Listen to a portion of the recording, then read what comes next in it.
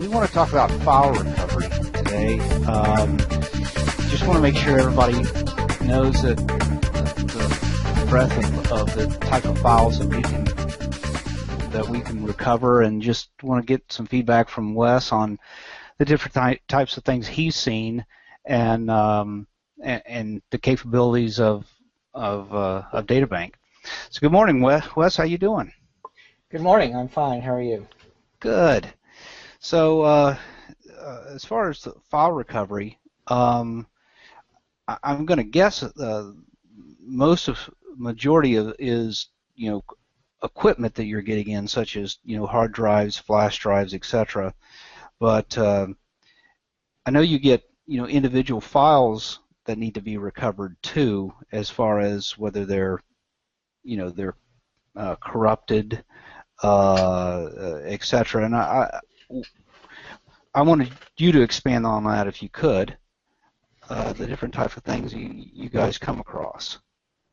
Okay. We've had quite a few interesting corrupt file situations that we've encountered over the years.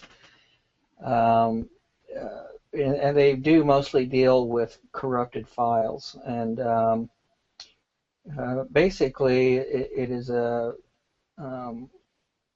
sometimes can be automated with utilities, but frequently in the more serious matters, we've had to go in and basically reverse engineer file structure and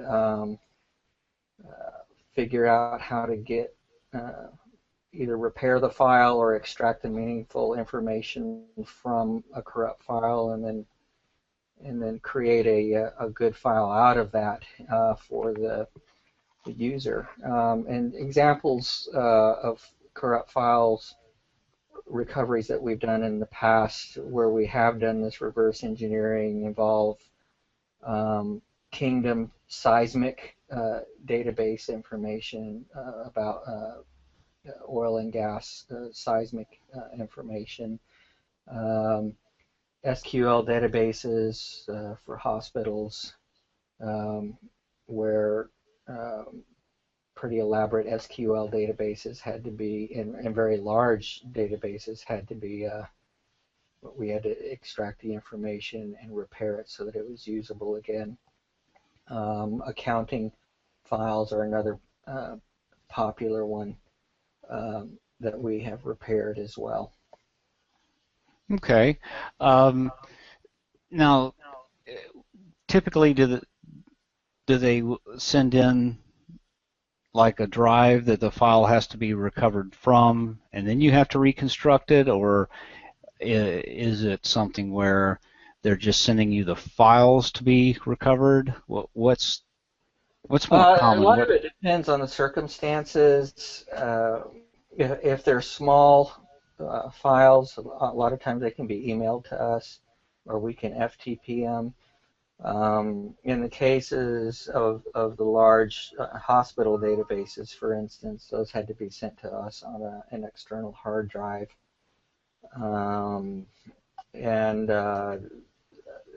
as well as the Kingdom seismic database information were sent to us on the actual computers that they resided on. One thing that causes corruption a lot of times is sectors that go bad on a hard drive in the middle of these files, and then that renders the files useless. So in some circumstances, we like to get the file where it's an original location so that we can examine the content around these bad sectors, and that helps us figure out what's going on.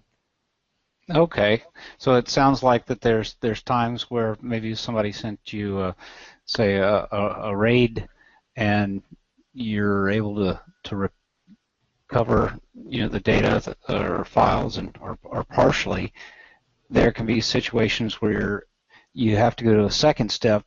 After you've recovered the files, you actually have to put the files back together so they're actually usable, and that's where they're corrupted when they're come off, and you have to reconstruct them.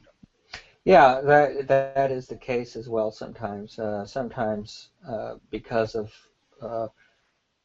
Like if we have a whole bunch of bad sectors on a hard drive and a whole bunch of the files are corrupt due to those, then we will have to then go back and repair those on an individual basis. Okay, so if you have a bad sector in the middle of a file, it's kind of like saying the equivalent of there's kind of a, I guess you could say there's a hole in the file. Yeah, kind of a hole of missing information in the file, yes. And a Okay. lot of times that renders a file corrupt by the program that is trying to open that file. And then so we have to go figure out how to put missing information in that hole. A lot of times it's not user data that's in the hole, it's just information that the program needs to function. And so we can oftentimes figure out what to put there in order to allow the program to open the file. Or in the case if it's missing user information, then it is what it is, and we try to extract the remaining information that we can get to turn over a repaired file that has as much of the information as possible to the client. Okay. All right. Well, I appreciate your time this morning. I think that covers a lot, answers a lot of questions that get thrown at us, and I appreciate your time, and I'm sure we'll be talking with you again soon. You have a great day, Wes. Thanks, you too. Bye. Bye-bye.